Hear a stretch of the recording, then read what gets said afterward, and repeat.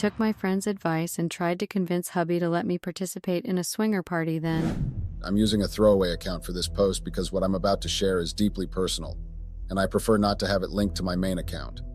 My name is Alex, and I'm a 29-year-old woman. My ex-husband, Sam, is a 30-years-old man. We grew up in a small town. Our parents were best friends before we were even born. This close connection extended to us, and we grew up as inseparable friends. We rarely did anything without involving the other. And then when we got into high school, we realized our feelings for each other, and we started dating and became high school sweethearts. We dated all the way into college, where we remained devoted to each other until we graduated. And then we finally got married 2 years ago, making each other our first and only romantic experience. That means that we were each other's first. We never really got a chance to experiment or explore with other people. For every single moment in our life, we were each other's first. Initially, being each other's first didn't bother me much. I worked as a sales associate in a clothing store because I enjoyed the flexibility it offered. Shift options, part-time opportunities, and the ability to swap shifts made it a perfect fit for me. Alex, on the other hand, had a career in cybersecurity, and he brought in substantial income. This allowed him to handle the bills while I took care of household responsibilities. I opted for a flexible job because I didn't want to be a stay-at-home wife without children, as I knew I would be bored all alone at home. We had plans for kids in our mid-30s, but I guess that's never happening now. Initially, in the beginning, our marriage was like a fairy tale. We had exciting date nights, an amazing sex life, and Alex was incredibly romantic, always surprising me with flowers, spontaneous dates, and helping with chores. Life seemed perfect. As time went by, however, cracks began to appear in what I once thought was a perfect marriage. Despite all the romantic gestures and the fairy tale moments and everything else, I started feeling suffocated and confined in my relationship with Sam. He had been my friend, my confidant, and the only person I had ever been intimate with. While that was very comforting at first, it gradually turned into a sense of being tied down. I couldn't shake off this feeling of being tied down and restricted. I felt like I was missing out on experiences others seemed to have experienced and loved. I got jealous whenever I heard people talk about their adventures, their freedom to explore different aspects of life. I want to step out of the boundaries that my marriage had set for me. Sam was strictly monogamous, and I knew he wouldn't even listen to the idea of an open relationship or any form of exploring outside our marriage. I respected his opinion, and I believed in monogamy too. But for once, I just wanted to see what it was like to explore. It wasn't about seeking love or emotional connections elsewhere. It was about me satisfying this curiosity, my need to experience something different, even if just for once. This desire started changing into an obsession, and it started occupying my thoughts more and more each day. It wasn't that I didn't love Sam or value what we had. It was simply that I was craving for a taste of something new. As I started feeling more and more confined in my marriage, I couldn't help but feel a bit resentful towards Sam, even though deep down I knew he hadn't really done anything wrong. It was more about my own stupid desires and feeling like I was missing out on something. To keep myself from dwelling on these thoughts or even considering something like cheating or suggesting an open marriage, I tried to stay busy and distract myself. One idea I had was to speed up our plans to have kids, thinking maybe that would give me something else to focus on and fill that void I was feeling. But I hesitated because I knew it was a big decision. Then along came Lily. She was new at work, and I showed her the ropes, but we quickly became more than just co-workers. We hit it off, started having lunch together, exchanged numbers, and before I knew it, she was like my best friend. We hung out outside of work too, sharing all sorts of things, and these all happened in less than a month. We became friends too quickly, but back then I was just happier to have a friend to confide in. I had always been an introvert right from my high school days, so I didn't have many friends that I was very close to. Sam noticed the change in me, and much happier I seemed with Lily in my life. He liked that I had a friend, especially since I hadn't had many close friends before. His support for my friendship with Lily made me feel good, at least at first. But little did I know things were about to take a turn I never expected. As I hung out more with Lily, her carefree and flirtatious nature caught my attention. She seemed to have a knack for flirting with almost anyone we encountered, and it got me thinking, especially since she had a committed relationship but still flirted openly. Eventually, I mustered up the courage to ask her about it. Lily told me she and her partner were in an open relationship. That got me curious, and I shared my own itch for something more than just being with Sam. But I knew Sam was strictly into one-on-one relationships. Then, Lily suggested a swingers party. She explained that since going fully open wasn't possible for us right now, trying something like a swingers party could be a middle ground. We could experiment with swapping partners or even having a threesome just to dip our toes into the world of non-monogamy. Her suggestion left me not only nervous but also fascinated and interested. I went home and started searching up all the info I could get on swingers parties and what they entailed. It sounded very wild and I was into it, but convincing Sam? That felt like trying to move a mountain. I knew suggesting such a thing to Sam would be met with a big no. Convincing him to even consider it seemed like an impossible task. Despite knowing Sam wouldn't be open to the idea of a swingers party, I couldn't shake off the excitement. Lily, on the other hand, was very pushy and persistent. She kept nudging me to talk to Sam about it. At first I brushed it off, but her words stuck with me. She made it sound like I was missing out on something amazing if I didn't at least try to discuss it with Sam. So after a few days of thinking it over, I decided to bring it up with Sam. I was nervous, to say the least. I didn't know how he would react, and I didn't want to ruin what we had. But Lily's encouragement gave me a bit of courage. I thought maybe, just maybe, we could have an open conversation about it. When I finally mustered the courage to bring up the idea of attending a swingers party with Sam, he wasn't thrilled. I poured my heart out, explaining how I felt stifled and suffocated in our marriage and my curiosity about exploring and trying new things. I explained that I wasn't suggesting an open relationship, just a one-time experience at a swingers party. But Sam was adamant it wasn't happening. He made it clear that he wasn't interested in any form of non-monogamous activities. He questioned if I was already cheating on him, to which I honestly replied that I wasn't. I was just curious and wanted to try something new. Sam said he strongly believed that any form of sexual exploration or activity outside of our marriage was unacceptable. Despite all my attempts to explain the concept of consensual non-monogamy and how it wouldn't be cheating, he remained stubborn and refused to budge. He thought it was like cheating, even though I kept insisting it wasn't. I was gutted. Sam's a strict monogamist, and that was that. He warned me that if I went ahead without him, it meant divorce. No negotiation. It was a bitter pill to swallow, but I had to drop it. But when I confided in Lily about the conversation, she was convinced that Sam just needed a little nudging and pushing to change his mind. As I followed Lily's advice, things took a turn for the worse. I began subtly pushing Sam, trying to change his mind about the swingers party. My mood plummeted and I was always on edge. I began snapping at Sam for no reason. I neglected my share of household chores and my behavior turned sour and rude. Lily, however, was a constant cheerleader. She insisted that I deserved to explore my desires and that Sam needed to give in. Her encouragement was what pushed me and made me believe that I was justified in my actions. Even when Sam noticed my drastic change and attempted to talk to me about it, I brushed him off and refused to listen. As time went by, things just got worse between us. I kept pushing for something Sam clearly didn't want, and it made everything tense and awkward. Our conversations would always turn into arguments, and even the little moments of peace we had felt strained. It was like walking on eggshells all the time. Sam tried to talk to me to figure out what was going on, but I was stubborn. I shut him out, convinced that I was right and he just didn't understand. I was so focused on what I wanted that I didn't see how much I was hurting him. Our home that was once filled with love and laughter now felt like a battleground. I was distant, moody, and neglecting my responsibilities. Sam was hurt and confused and wondering why I was acting this way and why I couldn't see how much I was pushing him away. Despite his patience and love, Sam couldn't change my mind. I was stuck in my own world of desires and fantasies, blind to the damage I was causing to our relationship. It was a very tough time for both of us, and neither of us knew how to bridge the growing gap between us. It got to a point where Sam sat me down and said he wasn't happy with how things were at home. It hit me hard. I blamed him at first, saying it was all his fault. But Sam, being the calm one, made me see things from his side.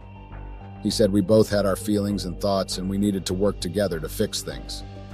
Then in a moment of desperation, I suggested that if he just came to one swingers party with me, it would fix everything.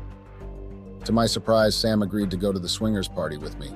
I was over the moon. It felt like I had won a major victory, finally getting my way. Lily was all in, cheering me on like a coach on game day.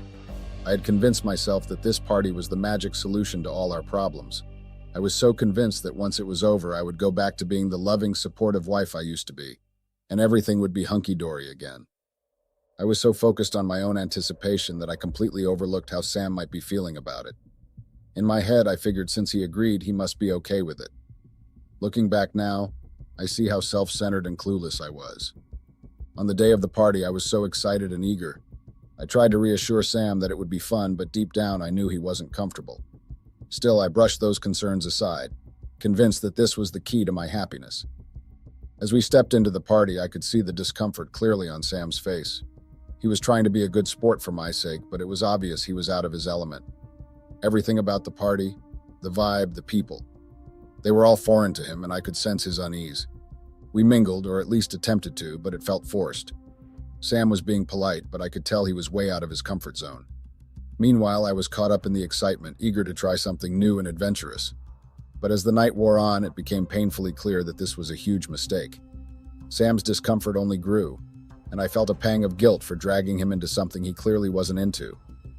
When we left the party and got back home, it was like there was a wall between us. Sam was silent, but I could feel his disappointment. The tension was thick enough to cut with a knife, and I knew right then and there that things had taken a turn for the worse. My attempt to fix things had backfired spectacularly. The party wasn't the magic fix I thought it would be.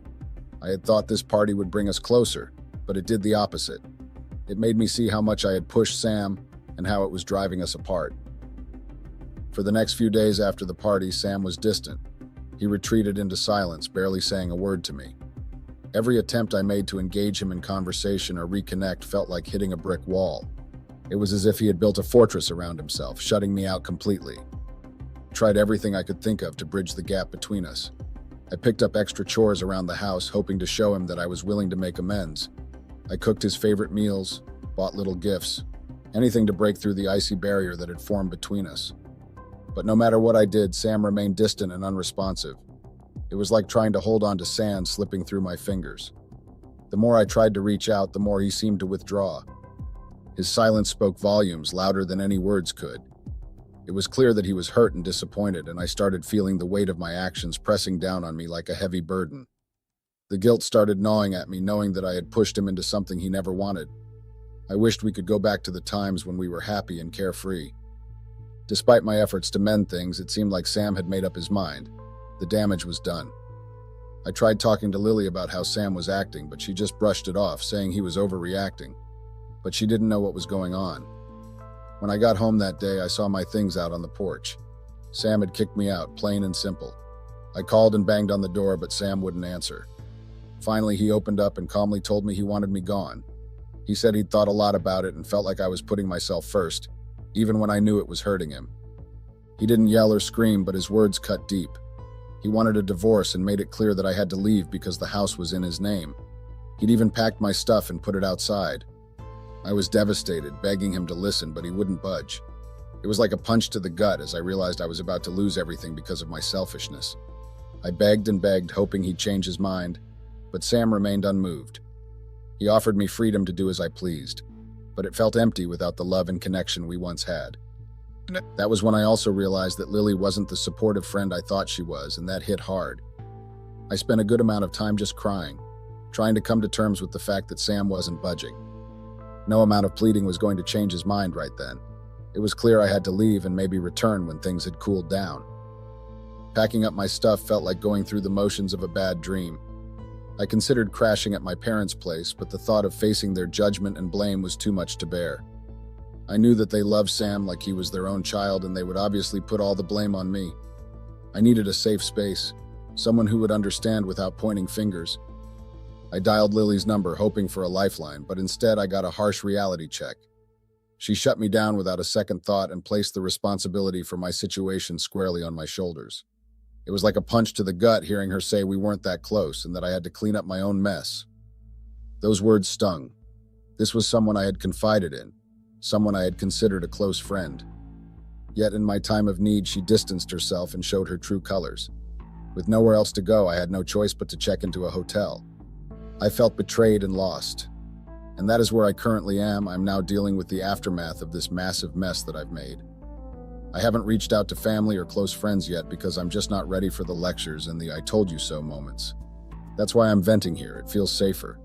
I'm not looking for advice or harsh criticism. I just need to let out all this frustration and sadness. I know some people might come around eventually, but right now it's hard to see past the immediate fallout. I'm not sure when or how things will start to feel normal again. All I can do is wait for the storm to pass, take some time to figure things out, and then maybe, just maybe, I'll be ready to face the world outside again. I have faith that Sam will find it in his heart to forgive me eventually. Right now, though, I understand that he needs space to process everything. It's not easy to mend something that's been broken so deeply, especially when I ignored how he was feeling because I selfishly wanted to satisfy myself. I believe time and thinking things through can work wonders. Right now, emotions are intense and messy. Rushing to fix things could just mess them up more. Sam needs to calm down, think things over, and figure out what he wants moving forward. Meanwhile, I'm trying hard to think about what I've done and learn from it. It's a tough lesson, but I know it'll make me stronger in the end. For now, I'll be patient, give Sam his space, and hope that eventually things will heal and we'll find forgiveness. Update. Hey Reddit, it's been about a day since I poured my heart out here. I wasn't expecting such a massive response, but I'm grateful for the support and even the tough love. To address some of the common themes in the comments, I want to share a few thoughts. Firstly, many of you suggested that Sam and I might not be compatible and that it would probably be better if we were to divorce now. I disagree. We've been together since childhood and our bond runs very deep. This was a moment of selfishness and poor judgment on my part, not an indication of incompatibility. We've been through worse before and came out stronger. This whole thing will pass in due time. Regarding Lily, yes, she showed her true colors in my time of need. I've cut ties with her and learned a hard lesson about who I can truly rely on. Now for the update. I finally reached out to my sisters despite knowing I'd face their "I told you so" reactions. They've agreed to help me get in touch with our parents and other siblings. They understand the seriousness of the situation and are willing to stand by me and help me. The plan is to talk to our parents, who have a close relationship with Sam's parents. With their influence, we hope they can help me get in touch with either Sam or Sam's parents. Sam respects my parents deeply, and I know that their words would greatly influence his decision-making and could make him forgive me. I'm very hopeful and grateful for the support and advice from this community. It's a very challenging time, but I'm taking steps to make things right. Thank you all. Update. Hey Reddit, things have been tough since my last post. Despite my efforts and my family's support, Sam just couldn't forgive me. Sam refused to budge, at least that's what they're telling me. They said they tried to talk to him, but he told them that he couldn't forgive me. It hit me very hard when my parents said I should pack up and come back home because Sam wasn't going to change his mind. I cried a lot after that phone call. The reality of moving back home is sinking in. It means leaving my job, which isn't easy. My parents live about 2.5 hours away, and I can't make that drive every day. I don't even get paid much at the place where I work, but still, little is better than nothing. Thankfully, my manager is cool about it, and we're not short-staffed, so that's a relief. Still, it's a blow to my income, and I'll have to figure that out once I'm settled. I'm grateful for my parents' help and understanding, even though it's a very tough pill to swallow. It's a humbling experience realizing the consequences of my actions and having to start over. But sometimes you just have to roll with the punches and make the best of a tough situation. Update. Hey Reddit, I'm back with a mini update. Things have taken a legal turn. I just got served, and I guess I'll be heading to court soon. It's nerve-wracking to even think about it, and I could really use some luck. Trying to reach Sam has been disheartening. He's not responding to my messages or calls. Even when I try reaching out through different numbers, he quickly figures it out and hangs up. The comments here haven't been easy either. The criticism and negative comments are really draining me. Well, just dropping this quick update for those following along. Thanks for listening. Update. Hey Reddit, this is likely my final update here. Just wanted to touch base with everyone who's been following along from the start. It's been quite a journey. The divorce process was surprisingly straightforward. I had already signed the papers Sam sent over, so there wasn't much of a struggle. With only 2 years of marriage and no children or shared property, there were fewer complications. The house was in Sam's name, so that was something I couldn't take, and honestly, I didn't want to prolong the process. It's been a painful experience, especially with the silence from Lily. I had hoped she would reach out or at least check on me, but that didn't happen. Job hunting hasn't been as smooth as my parents made it sound. It's a competitive market, but I'm staying optimistic that I'll land something soon. The comments here have been a mixed bag, but I appreciate the support and understanding from those who have been kind. This will likely be my last update, so thank you all for listening and being part of this journey with me. Found out my wife had an affair because I'm not big enough, so I showed them what a true man is like. Am I considered a bad guy for teaching my soon-to-be ex-wife a lesson for cheating on me because of the size of my genitals, which I do not control, and for intentionally not bearing children? Am I also considered wrong for not taking my wife's lies about me being the reason we couldn't have children lightly? I don't care if people call getting revenge for cheating toxic masculinity. I'm going to do it anyway. My wife had an affair with another man because she felt like my genitals weren't big enough to satisfy her needs. Women always have a way of trying to play the victim card and trying to act like they are never at fault. That's why men like me were born to put them in their place. I cannot marry a woman for 6 good years, then watch her have an affair with another man right under my nose and do nothing. I will rather die than let cheating slide. I'm not going to reveal my real name because I don't want all the feminists and keyboard warriors on my back trying to let me know I should have just stayed silent. I'll be going by the name Tom, and my despicable soon-to-be ex-wife is Kara.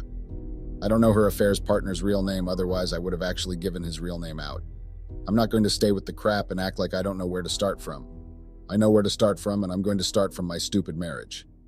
I married Kara 6 years ago in the most unnecessarily overpriced wedding ever. I was a teacher back then, and I made a very honest living. I didn't earn much, but I was comfortable enough to want to start a family. I married a high school graduate with no certificate whatsoever, so in other words, I married a broke woman. But do you know what's worse? This broke woman wanted the highest wedding of her dreams, and she wanted to milk me of that. Don't ask me how I was able to afford it. I have parents that thought of my future. Now I don't want to bore you all with all the crap of the wedding and how it went. I'll just go straight into the shenanigans of our marriage. Kara married me because she thought my family was wealthy. I don't need to mince words, this is the truth. I found this out months into our marriage, and it was already too late by then. But do you know the good part? She got the shock of her life when she realized that my family was just as broke as any other family.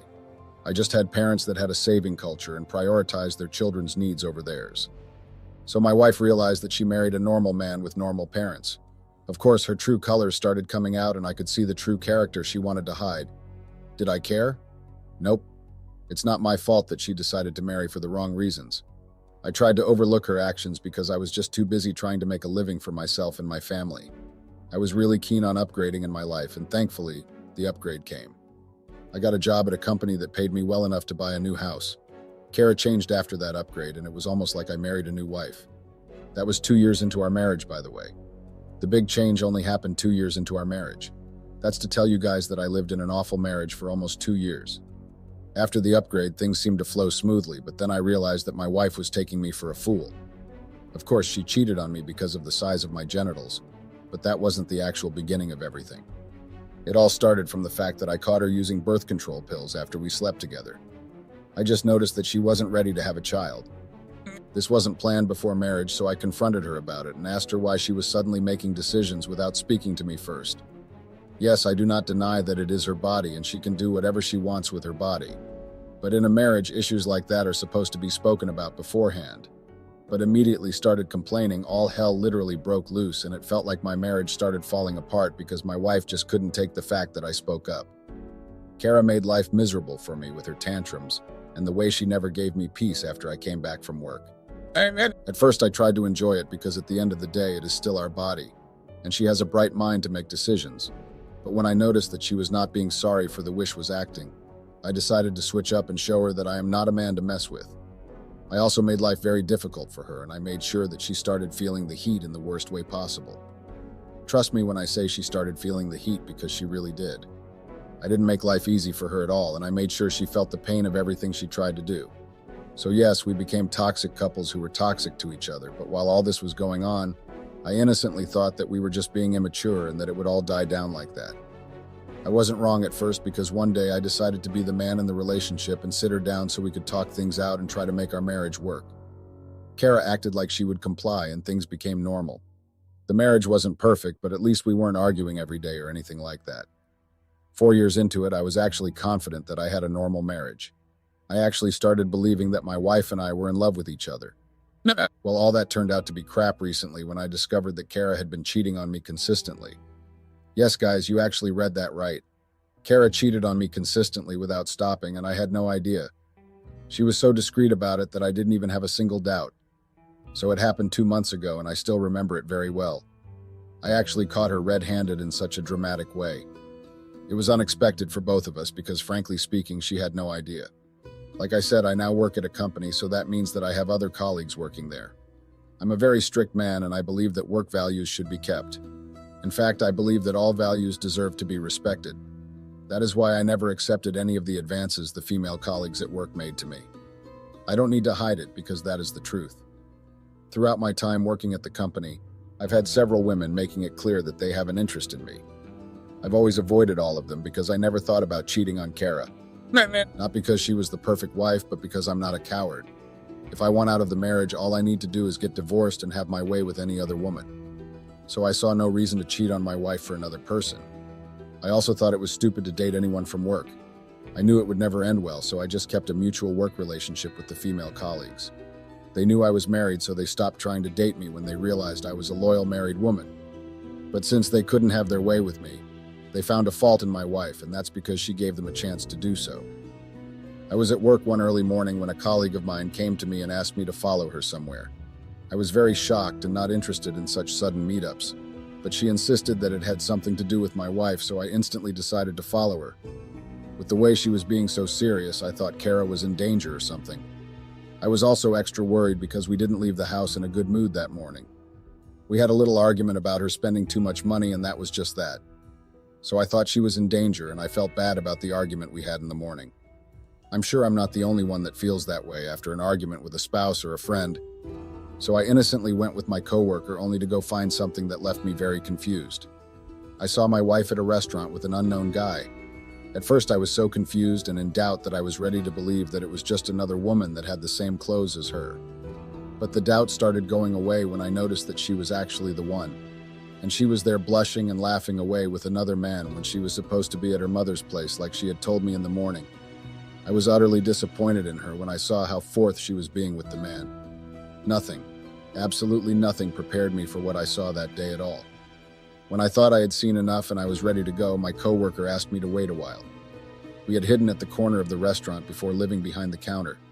To be honest, I felt like we were thieves who were hiding in order to escape getting caught. My coworker was familiar with the person working behind the counter in the restaurant, so that's how we were able to stay long. While I was hiding with her, I noticed how she tried being touchy and how she made side remarks that suggested, "I told you so." But I ignored her because I had a very serious issue at hand. What was the serious issue? I was seeing my wife with another man right in front of me. It was devastating, and there was nothing funny about what I witnessed that day. I got very angry instantly, but I just had to wait. If I lost my cool, I wouldn't see where things were headed.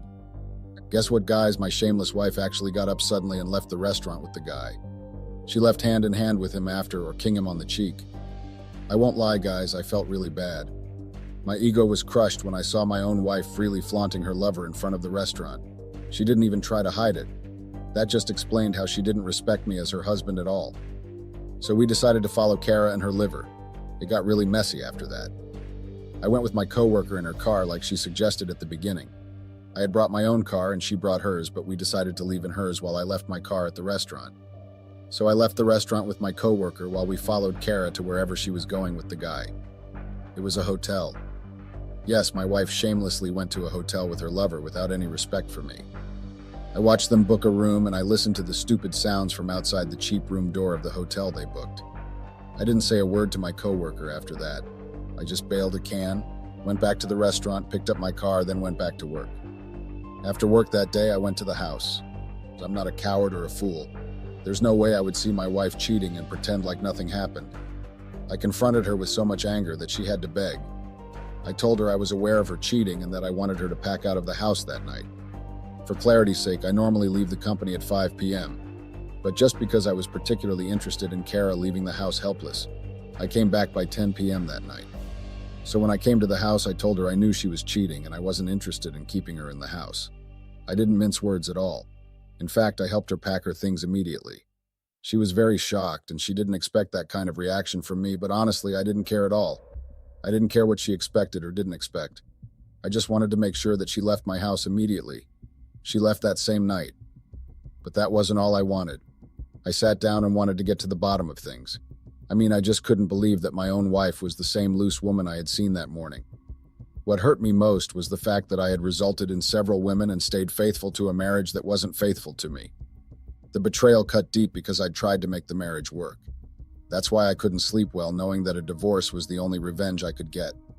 I wanted to do something that would hurt her bones and make her feel the pain, and she gave it away. The feeling of being betrayed eventually left me, but one thing that never left was my desire to make sure I took revenge on her.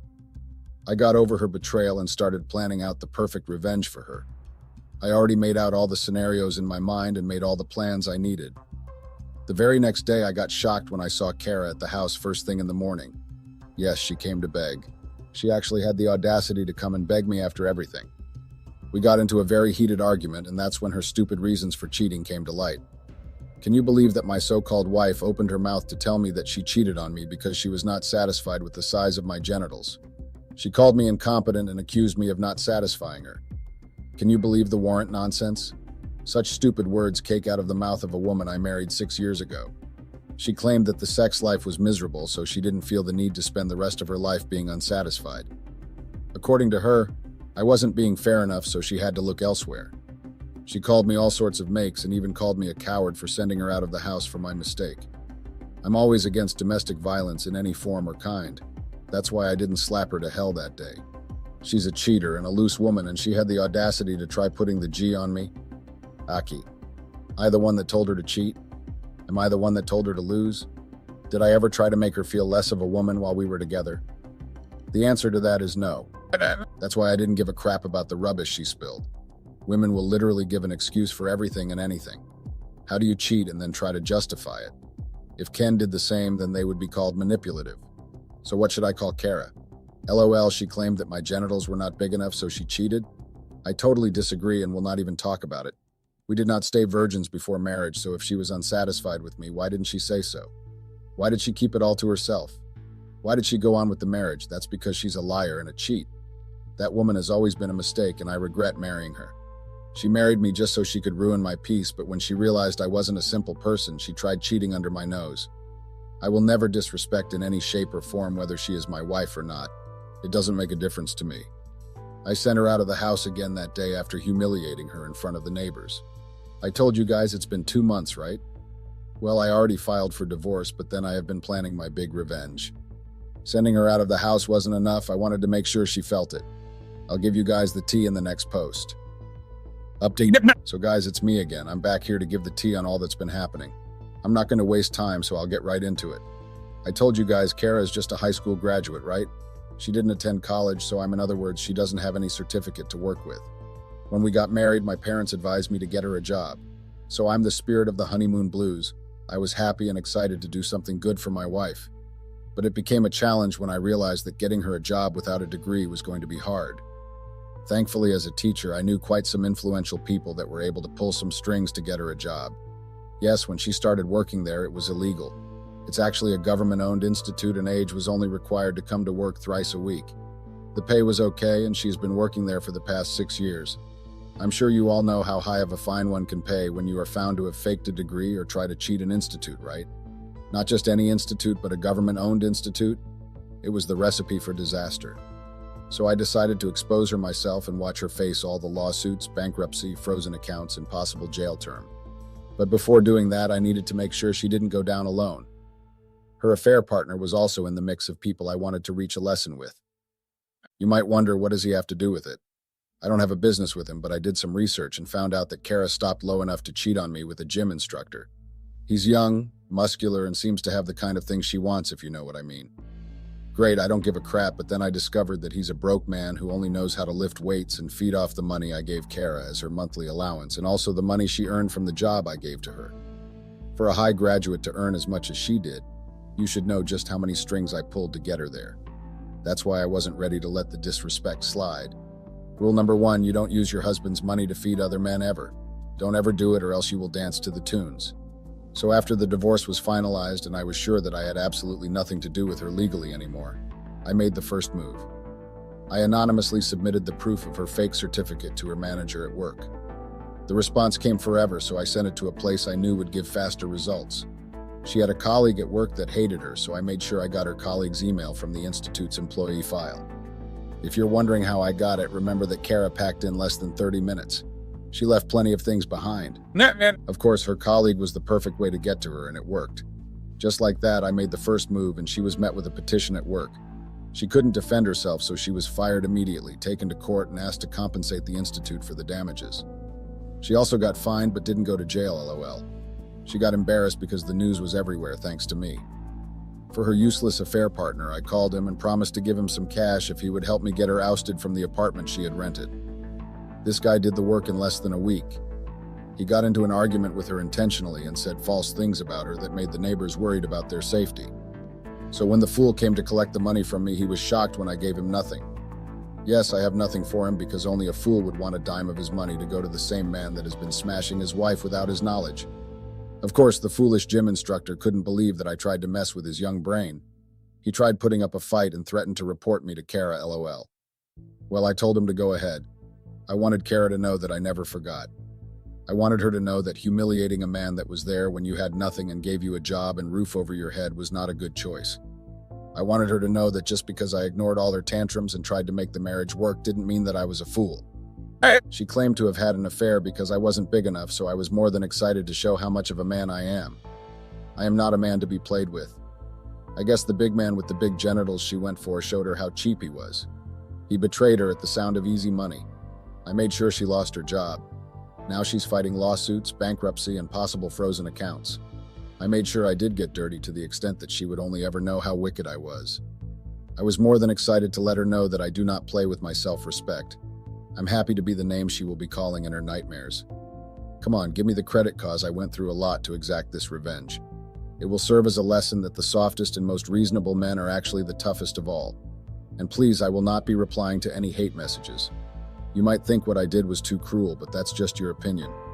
Anyone who makes a conscious decision to cheat and cheat repeatedly, especially on someone who has been so understanding, deserves the karma. Don't think that our hate messages will make me turn a new leaf overnight, because it definitely won't. That's all about my ordeal with my wife. It's not been a funny one, but thankfully it's over and I can finally focus on a life of peace, because Kara was definitely not peace in my life.